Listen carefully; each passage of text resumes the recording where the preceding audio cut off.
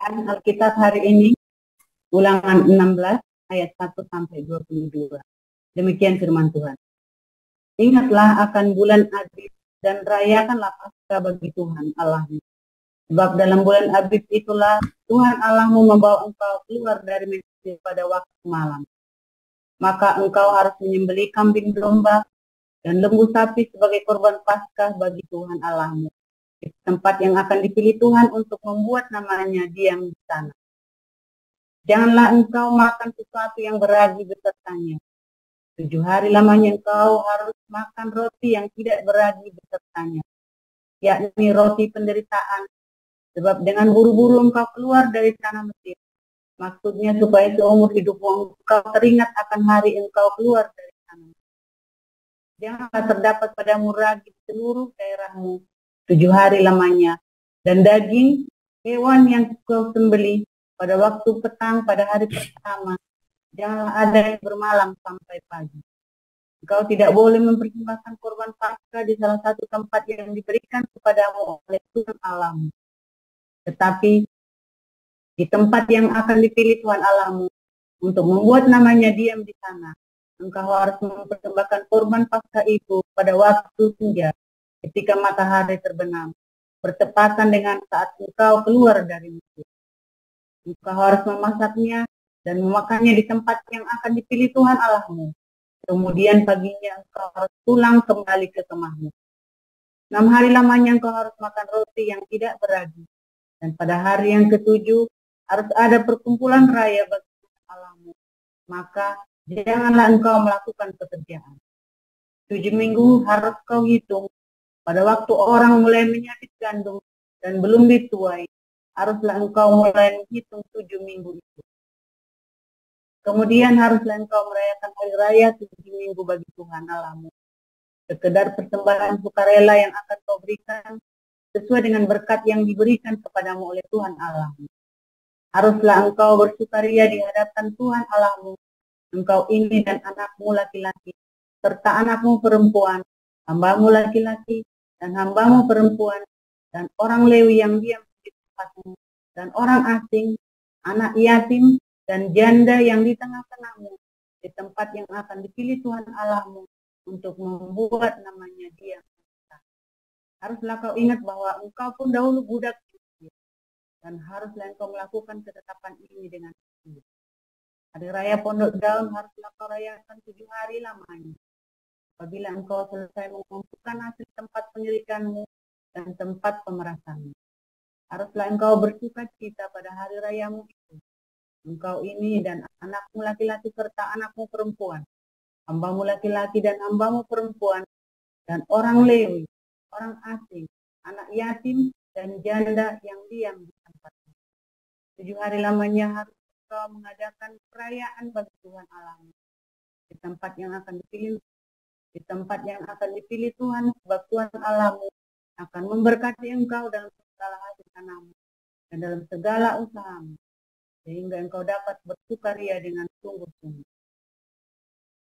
3 kali setahun setiap orang laki-laki di antaramu harus menghadap hadirat Tuhan Allahmu, tempat yang akan dipilihnya, yakni pada hari roti tidak beragi, pada hari raya 7 minggu, dan pada hari raya Pondok Daun.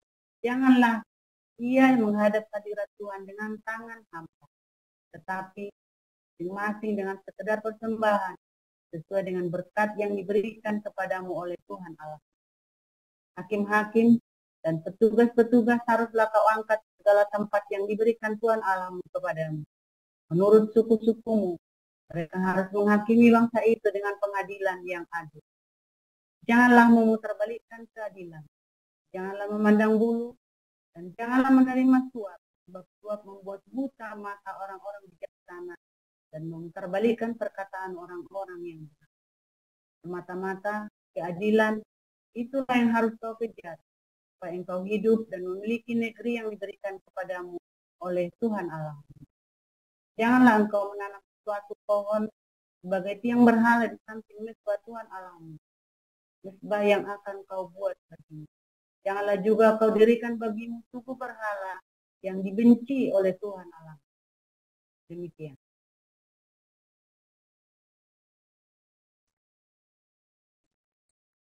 Roma 14 ayat 1-23.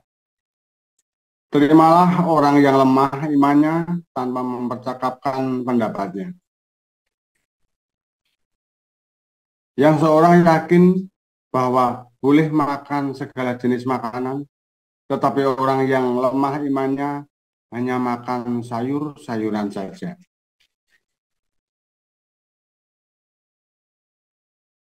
Siapa yang makan, janganlah menghina orang yang tidak makan, dan siapa yang tidak makan, janganlah menghakimi orang yang makan. Sebab Allah telah menerima orang itu.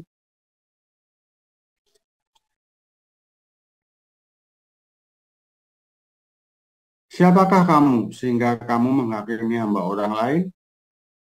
Entahkah ia berdiri, entahkah ia jatuh, itu adalah urusan Tuhannya sendiri. Tetapi ia akan tetap berdiri karena Tuhan berkuasa menjaga dia terus berdiri. Yang seorang menganggap hari yang satu lebih penting daripada hari yang lain, tetapi yang lain menganggap semua hari sama saja. Hendaklah setiap orang benar-benar yakin dalam hatinya sendiri. Siapa yang berpegang pada suatu hari yang tertentu, ia melakukannya untuk Tuhan. Dan siapa makan, ia melakukannya untuk Tuhan. Sebab ia mengucap syukur kepada Allah, dan siapa tidak makan, ia melakukannya untuk Tuhan, dan ia juga mengucap syukur kepada Allah. Siapa yang berpegang pada suatu hari tertentu, maaf, kami lanjutkan. Sebab tidak ada seorang pun antara kita yang hidup untuk dirinya sendiri, dan tidak ada seorang pun yang mati untuk dirinya sendiri.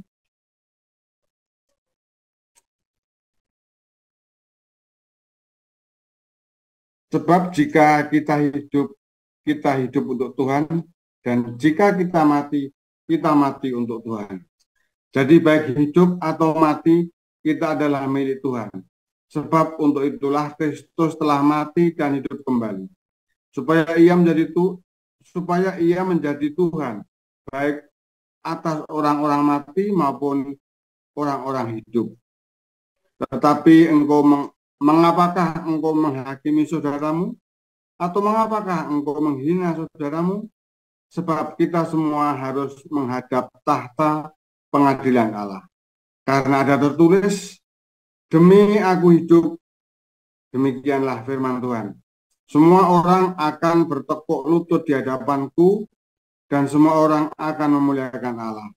Demikianlah setiap orang di antara kita akan memberi pertanggungjawaban jawab tentang dirinya sendiri kepada Allah.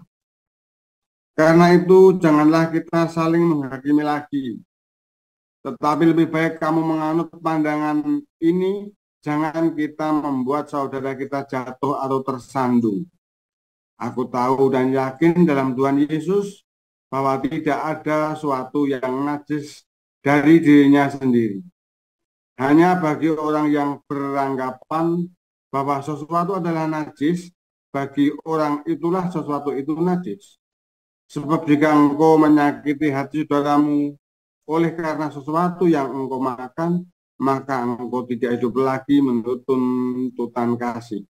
Janganlah engkau membinasakan saudaramu oleh karena makananmu, karena Kristus telah mati untuk dia. Apa yang baik yang kamu miliki, janganlah kamu biarkan difitnah.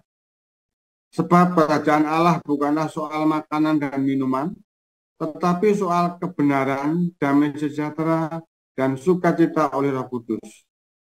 Karena barang siapa melayani Kristus dengan cara ini, ia berkenan pada Allah dan dihormati oleh manusia. Sebab itu marilah kita mengajar apa yang mendatangkan damai sejahtera dan yang berguna untuk saling membangun.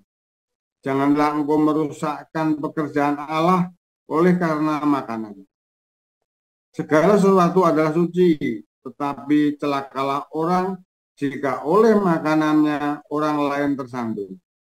Baiklah, engkau jangan makan daging atau minum anggur, atau sesuatu yang menjadi batu sandungan untuk saudaramu. Berpeganglah pada keyakinan yang engkau miliki itu bagi dirimu sendiri di hadapan Allah. Berbahagialah dia yang tidak menghukum dirinya sendiri dalam apa yang dianggapnya baik untuk dilakukan.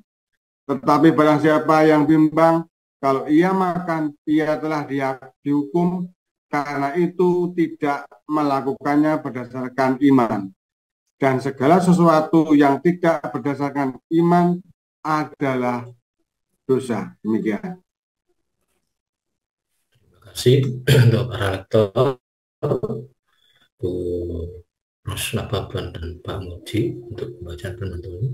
Kita akan dengarkan firman Tuhan. Silakan Pastor Paul.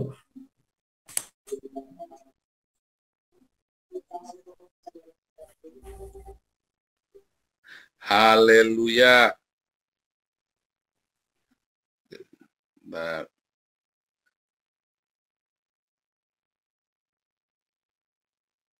Oke, firman Tuhan selalu baru setiap hari ketika kita menantikan Tuhan dengan penuh cinta, penuh pengharapan, dan ya dengan tekun, saudara ya. Jaga kekudusan, jangan putus asa, jangan buat alasan, waduh udah capek Pak, saya cari penghiburan, perginya ke wanita penghibur, lelaki penghibur. Kan geblek itu namanya, saudara ya. Nggak ada alasan, padang gurun kamu nikmatin. Ya, padang gurun saatnya kamu hidup kudus. Bukannya malah Pak, saya capek Pak, alasan cari wanita penghibur. Geblek itu, saudara. Saya butuh hiburan, carinya wanita penghibur, lagi butuh, saya butuh penghiburan Pak. Penghibur itu dari Roh Kudus, bukan dari wanita penghibur apa pria penghibur. Ya, jangan buat alasan padang gurun itu ya. Padang gurun itu justru membuat kamu kuat. Kok tahu Pak? Pasti tahu. Jangan banyak tanya, saudara. Saya Nabi 26 tahun. Serius, saudara. Saya nggak main-main, saudara. Ya, banyak orang mulai selingkuh, banyak orang mulai hidup yang nggak benar, juga di dalam kesesakan. Kenapa? Dia capek, lelah. Terus ada yang belai-belai dia. Waduh, kamu seperti air sejuk di tengah padang gurun. Gundulmu peang, saudara.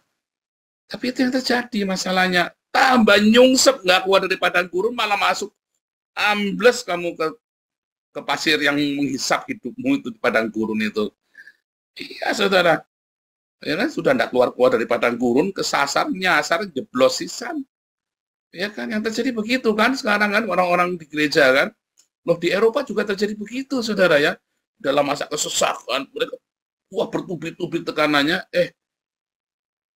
si perempuan ini ketemu sama pria yang kata-katanya positif, manis, lemah lembut, dibelai-belai. Dia pikir dia lepas, wah ini aku lepas, aku dapat kekuatan baru untuk berjuang. Nggak taunya tambah nyungsep. Akhirnya semua pada banyak yang meninggalkan gereja. Sampai gereja, ya dia merasa tidak berdosa. Oh, ini kan maklum, Tuhan memaklumi dosaku, gundulmu peang, saudara. Tuhan maklum setan enggak, saudara? Ya kan? Tuhan memaklumi semua kelemahan kita, setan enggak, saudara. Ya kan? Makanya saya kalau bilang sama di pengurus yayasan ya, kalian kalau prosedurnya nggak taat ya, kita maklum dengan Anda, saudara. Polisi enggak loh, saudara. Kita maklum dengan Anda, tapi para pembenci kita nggak maklum, dikejar kita, saudara. Anda nganggap nggak? Para pengurus saya hati-hati dengan SOP ya. SOP ada itu bukan untuk dilanggar loh, saudara. Kamu belajar. Ya, kalau Pak Iman tahu persis tuh, di Jerman itu ketat sekali ya, namanya aturan. Kamu langgar, kita mah baik-baik saja senyum. Kamu dicatat, sudah kelar hidupmu kalau udah dicatat. Kamu melanggar hukum di sini, dicatat. Kita maklum, tetangga kita maklum, saya maklum. Tapi para pembenci kita, hukum itu tidak bisa maklum. Alam semesta ini tidak bisa maklum, nggak bisa ngomong maklum, saudara. Apa yang kamu tuapur, pasti kamu tuai. Jadi jangan gunakan alasan, ya saudara, jangan beralasan. Disiplin. Ayo, ini kesempatan kamu disiplin. Kenapa hidupmu susah? Karena nggak disiplin. Serius, saudara ya. Saya ngamatin hidup saya sendiri. Saya ini orang yang cerdas, pandai, ngerjain apa-apa jadi, saudara. Tapi saya bukan orang yang disiplin. Nah, dari mana saya nggak mau nyariin orang tua saya bukan orang yang disiplin juga. Tapi kenapa saya ikut-ikut? Salah saya sendiri. Ya kan? Karena ada terlalu banyak hal yang tidak baik yang saya nonton. Lalu saya sendiri menempa hidup saya sendiri. Nah, ketika saya meremehkan kedisiplinan ini, akibatnya apa, saudara? Akibatnya saya selalu gagal ketika ada satu celah kecil, disitulah saya selalu gagal, saudara.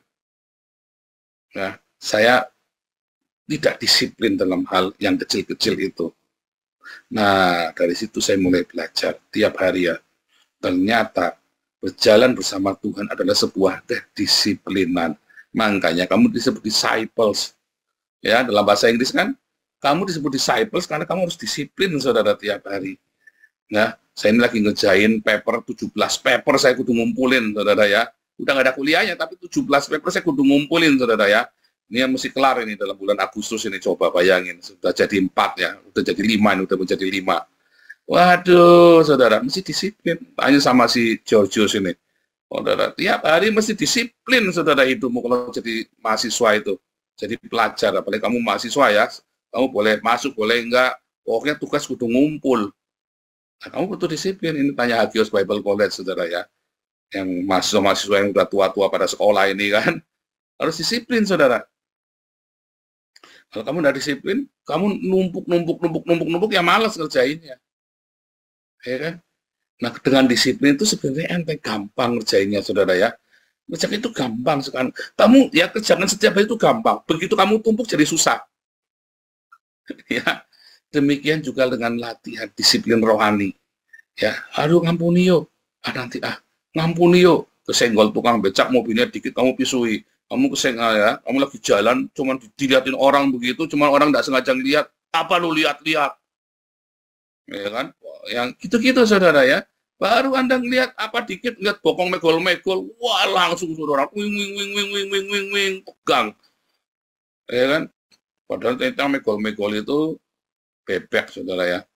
Masa ada megol-megol, langsung pegang begitu. Bebek ya megol-megol kan, babi juga megol-megol ya. Babi itu kalau jalan kan megol-megol juga. Aduh, saya kadang-kadang disiplin, saudara ya, kedisiplinan. Pak katanya kalau sudah di dalam Tuhan tidak berdosa lagi. No, ada dosa lagi. Tapi kamu jangan undang dosanya, diundang dosanya datang, saudara. Jangan diundang, ya. Kalau diundangnya masuk. Itulah sebabnya saya kalau pergi selalu sama anak, ya, selalu pergi sama anak berdua. Jangan diundang, jangan kasih kesempatan, ya. Jangan pernah kasih kesempatan. Kalau ada anak kan selalu dia mengingatkan, ya kan? Gitu, saudara ya. Nah, ada yang penting juga nih. Saya senang ya Pak Stephen juga ya. Pergi kemana-mana isinya diajak. Oh, anaknya sama siapa? Sama omanya. Nah, itu cerdas itu, saudara. Makanya, hai anak-anak muda, kalau sudah menikah, peliharalah orang tuamu, lakukannya baik-baik, supaya kalau kamu pergi-pergi berduaan sama istrimu, ya, opa-omanya bisa ngerawat anak-anakmu. Kalau kamu perlakuan orang tuamu tidak baik, suruh ngerawat anakmu, emoh, kamu lebih sayang sama pendetamu kok daripada sama papa mamamu. Itu saudara, rawatlah orang tuamu baik-baik. Jadi kalau kamu lagi kayak Pak Stefan pergi berdua terus kemana-mana sama istrinya, itu bagus, saudara, itu positif ya. Saya ngelihat dia disiplin. Jadi tidak ada kesempatan buat dia untuk berbuat yang nggak benar. Orang anaknya sama opa-omanya, saudara, pinter ini Pak Stephen ini ya, harus segitu. Kayak Pak Hawi nih, anaknya sibuk ini kan, anaknya sibuk berkarir dua-duanya, mantunya juga. Pak Hawi yang rawat ini, jadi MC ngomong cucu, karena dia sama anaknya, saudara ya. Gitu, saudara ya. Saya mah juga mau nih, ngomong-ngomong anak saya berdoa sama Tuhan supaya saya sempat ngomong anak saya ya, saudara, ngomong cucu saya ya, bisa ngerawat ya, sampai memasukkan firman Tuhan dalam hidup mereka. Itu penting. Coba kita lihat ya, orang Yahudi itu punya disiplin. Dia punya hari-hari buat dijaga, saudara. Dan itu benar-benar ya. Oh, orang Islam juga, Pak, 5 kali sehari, Pak. Nah, kalau orang Islam itu bukan disiplin, saudara. Itu bukan disiplin. Ditakut diweden-wedenin neraka, saudara. Itu bukan disiplin, saudara. Tahu nggak bedanya? Kamu terbiasa 5 kali sehari karena kamu takut masuk neraka, saudara. Sembahyang kamu 5 kali sehari karena takut neraka. Orang Yahudi, dia punya kebiasaan sembahyang ya 3 kali sehari bukan karena takut masuk neraka, saudara. Karena dia merindukan tanah perjanjian. Dia punya 3 hari raya besar yang wajib. Setiap 3 hari raya ini orang Yahudi dari seluruh dunia berusaha kembali ke Israel, saudara. Ya, hari raya Nisan, hari raya Pesach. Hari raya Pesach itu adalah hari raya mereka keluar dari Mesir, ya. Dan mereka mengorbankan domba Paskah, ya. Nah, itu Pesah atau Paskah. Kemudian 50 hari kemudian mereka merayakan Shavuot atau turunnya hukum Torah, saudara. Ya. Kemudian mereka merayakan hari raya hari raya Sukot, Pondok Daun. Itu 3 hari raya wajib dan mereka disiplin. Mereka merayakannya bukan takut masuk neraka, saudara. Dan kalau mereka tidak bisa ke Yerusalem, di dalam komunitas itu mereka pasti merayakannya. Bukan takut masuk neraka, saudara. Sekali lagi. Karena mereka rindu tanah perjanjian. Ya. Itu bedanya. Itu bedanya, saudara. Kamu merayakan atau kamu melakukan ibadahmu karena kamu takut masuk neraka. Tapi yang satu, ya, melakukannya karena dia rindu, dia cinta. Nah, ibadah kita juga begitu. Nah, kalau orang Yahudi punya ritual yang letterless, ya, ritual yang letterless, yang literal, ya, secara literal harus begitu dilakukan. Kita orang Kristen ada di Roma 14, kita nggak jaga hari-hari, kita nggak perlu, saudara. Tetapi ada makna dari perayaan-perayaan itu. Ya, orang-orang yang percaya Yesus Kristus dalam perjanjian baru, maka menjadikan Torah itu sebagai metafora, nubuatan dari Yesus dan metafora dari semua makna rohani. Misalnya mengorbankan domba Paskah, maksudnya adalah di mana itulah saatnya kita menyalibkan diri kita, saat disalib daging kita, saudara. Ya kan Yesus disalib kan? Domba Paskah itu orang Yahudi kan Yesusnya disalib. Paskahnya kita orang Kristen, yaitu Yesus disalib. Paskah itu bukan kebangkitannya Yesus, saudara ya. Itu ngawur itu yang bikin kalender itu. Siapa itu? Mulai tahun berapa itu ya Paskah kebangkitannya Yesus itu? Tahun 400-an itu ya kalau nggak salah ya. Paskah kok kebangkitannya Yesus? Paskah itu justru kematian Yesus disalib. Ya. Lalu turunnya hukum Taurat, hari raya Shavuot, itu adalah turunnya Roh Kudus, saudara. Setelah kamu menerima Yesus Kristus, percaya, menerima penebusan dari Yesus yang disalib itu, maka kamu akan menerima Roh Kudus. Ya, turunnya hukum Taurat itu kan, Shavuot, hari raya Shavuot, atau turunnya Torah, atau turunnya Roh Kudus. Itu makna rohaninya, saudara. Kamu setelah percaya kepada Yesus, maka kamu perlu dipenuhi oleh Roh Kudus. Ya, yaitu rema yang melimpah, remanya Yesus yang melimpah dalam hidupmu. Ada cinta yang melimpah di situ, saudara. Kemudian kamu merayakan Pondok Daun, ya. Di hari raya Pondok Daun itu, maka kita semua bersukacita, itu adalah hari raya penuaian. Kamu akan menuai yang besar, saudara. Itu adalah hari sukacitanya kita. Hari raya di mana trompet itu ditiup, ya, adalah kedatangannya Tuhan Yesus. Beberapa orang ya, kalau saya oke lah, maksudnya kedatangan Yesus yang kedua, ini di hari raya Pondok Daun katanya ya. Beberapa orang gereja karismatik, mesianik percaya bahwa hari raya Pondok Daun adalah menubuatkan kedatangan Yesus nanti yang juga kedua, ya, hari raya trompet. Sangkakala terakhir dibunyikan katanya kan. Nah, bisa boleh ya boleh. Ya, bisa iya, ya kan hari raya meniup sangkakala itu kan dibarengin dengan Rosh Hashanah kan. Tapi itu adalah makna rohaninya, saudara ya. Dan yang kita rayakan, yang kita ikuti dalam makna rohaninya di dalam hidup kita. Dan kita harus melakukannya dengan disiplin. Bagaimana kita selalu mengingat kematian Yesus dengan berdiakonia dan bermaturia. 1 Korintus 11 ayat 26, ingat-ingat ya. Ya, maka Yesus mengambil cawan, mengambil roti, ya, lalu berkata, inilah darahku, inilah tubuhku, lakukanlah ini untuk mengingat aku, yaitu apa? Diakonia. Roti itu adalah diakonia, membagi rotimu. Cawan anggur itu memberitakan kematian Tuhan. Ya, bersaksi. Ya kan? Di malam Paskah itu kan Anda selalu diingatkan untuk membagi roti, yaitu berdiakonia. Ya, bukan pakai roti kecil-kecil. Bukan, itu ritual pagan itu, saudara. Benar-benar membagi roti hidupmu, bagi nasi, bagi beras, dan meminum anggur. Kematian Tuhan kan, darah Yesus itu apa, saudara? Bersaksi Yesus telah mati dan bangkit menebus Anda dan saya. Ya kan? Kemudian Anda punya makna rohani bahwa setelah kamu menerima Yesus Kristus sebagai Tuhan dan Juru Selamat, kamu harus punya Roh Kudus, hidup dengan rema setiap hari. Hidup penuh dengan rema, hiduplah penuh dengan Roh Kudus setiap hari. Dan harus disiplin, saudara. Berdiakonia dengan disiplin, bersaksi dengan disiplin. Anda harus punya jam-jam diakoni dan bersaksi, saudara ya. Anda harus juga selalu hidup penuh dengan cinta, penuh dengan Roh Kudus. Dan juga Anda juga harus menantikan dan mempercepat kedatangan Tuhan Yesus dengan memberitakan Injil. Ya, dan berdiakonia dalam cinta kasih. Terus, nah ada makna rohani. Kenapa, saudara? Anda perlu menjalani makna rohaninya itu dengan disiplin.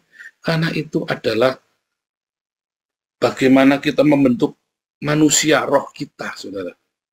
Tidak bisa, ya bersaksi. Oh, saya mau memberitakan Injil, Pak. Iya, tapi hidupmu bisa jadi saksi enggak?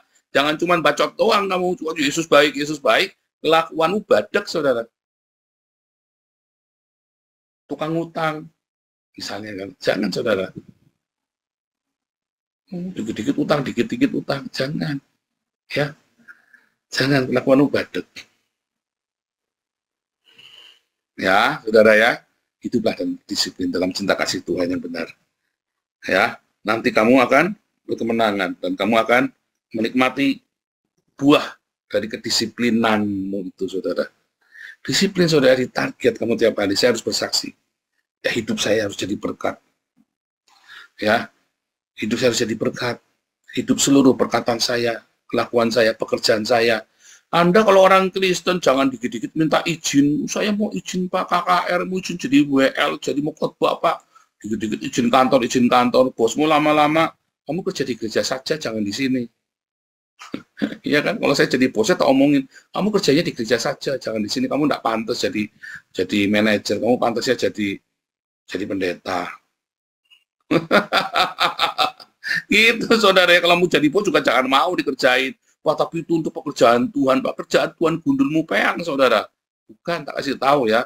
Itu dia lagi aktualisasi diri. Nanti saya tertutup, tak jamin. Kalau kamu ditutup, bilang malaikatnya sudah izin sama Nabi 26. Saya tidak mengizinkan ya karyawan saya untuk selalu pulang, kasih buat jadi WL atau buat khotbah. Bilang sudah izin sama Nabi 26. Jangan mau ditipu sama karyawanmu. Males bilang aja. Gitu aja ya, saudara ya. Iya, demi kemuliaan Tuhan gunungmu peang, saudara. Anda harus bersaksi kalau kerja yang benar ya. Karena kerja itu adalah bagian dari ibadah kita. Ingat ya, pelajaran pemuritan, bahwa kodratnya kita adalah bekerja. Itu kodratnya kita, karena itu adalah ibadah kita. Perintah pertama yang diperintahkan sebelum ada Taurat, sebelum ada yang lainnya. Sebelum ada kata jangan makan buah pengetahuan, sebelum ada macam-macam, bilangnya apa? Bekerja.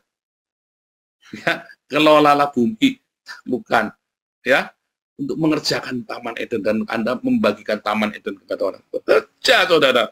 Bukannya jadi WL, bukannya suruh khotbah, bekerja. Hati-hati kamu, saudara ya. Dan kalau dibilangin sama Pak Pendetanya, bilang sudah izin sampai Nabi 26. Haleluya. Tuhan Yesus memberkati.